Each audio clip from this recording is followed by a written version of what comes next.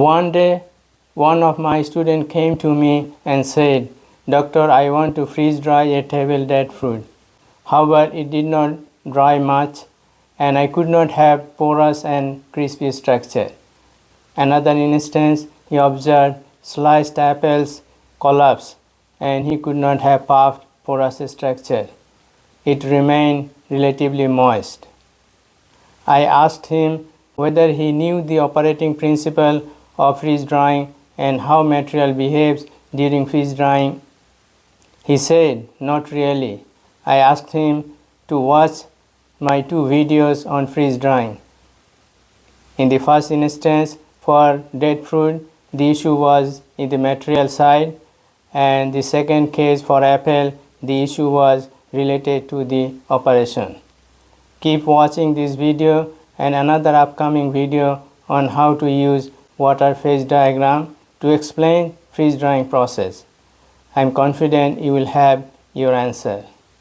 Please watch this video until the end and subscribe to our channel if you like this video. First, we need to know the major components of the freeze drying process and their functions.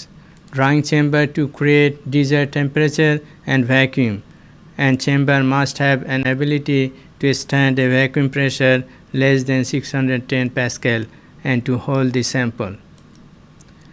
A refrigeration system with a condenser to freeze out the evaporated water vapor from the frozen food. Water should freeze on the surface of the condenser. Refrigeration system should also have the ability to maintain the drying chamber at low temperature, for example -40 degrees C at the beginning of the drying and heating from the top. In some systems, water could also form ice on the chamber wall when the whole chamber is maintained at very low temperature, especially when cooling available from the side wall. Sample tray to place sample. In some systems, the sample tray could also have a cooling system to keep the sample frozen. A vacuum pump to create vacuum in the chamber and pressure display unit. A chamber heating system during freeze drying and a temperature display unit. Temperature display could show temperatures of the chamber, sample plate and condenser. These are the important temperatures for freeze drying process. A draining system to drain out the melted ice after completion of the freeze drying process. First, air inlet valve needs to be closed. This can allow the chamber to create vacuum. Then the condenser needs to be turned on to create low temperature in the chamber and to freeze out water vapor from the sample.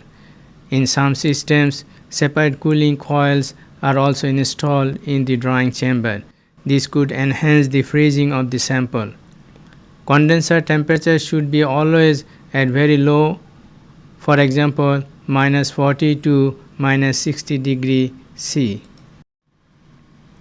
After reaching the desired condenser temperature, the samples needs to be frozen and the vacuum pump is turned on to create vacuum. The pressure of the chamber should be below 610 Pascal in order to achieve sublimations. Sublimation is the initial stage of freeze drying when ice sublimates to vapor by avoiding transformation to liquid. I am going to explain this point in the phase diagram. That is why we need to have pressure less than 610 Pascal. Therefore, we need to have ice in the sample and the chamber pressure must be below 610 Pascal at the initial stage of freeze drying. Now, mild heating could be turned on to enhance the sublimation process. Second stage of vacuum drying can start after completion of the sublimation process when there is no more ice present. It is then only vacuum drying at low pressure. In this stage, only bound and unfreezable water are being removed. Therefore, freeze drying is a two-stage process. Initially, a sublimation process and finally a vacuum drying. First stage to sublimate ice and the second stage to remove bound or unfreezable water. Then shutting down operation starts from the turning off the vacuum pump and releasing the vacuum. Then refrigeration unit is turned off and ice on the condenser is melted and drained out. We could visualize two-stage freeze-drying process. First, material is frozen. Initial stage of sublimation starts from the surface and exterior region, and this causes pore formation if solid part has enough strength to avoid collapse. If the solid matrix reaches glassy state at the freeze drying temperature, then it would be unable to collapse. Whereas if the solid matrix remains at the rubbery state, then most probably we could have some degree of collapsed sample. Second stage of vacuum drying starts from the exterior region while core still remains as sublimation stage. Initial sublimation continues until core ice is sublimated. Finally, vacuum drying continues within the whole matrix and continues the second stage of drying. The very sticky amorphous solids such as honey and fructose are commonly retain more residual moisture and difficult to achieve a free flowing powder.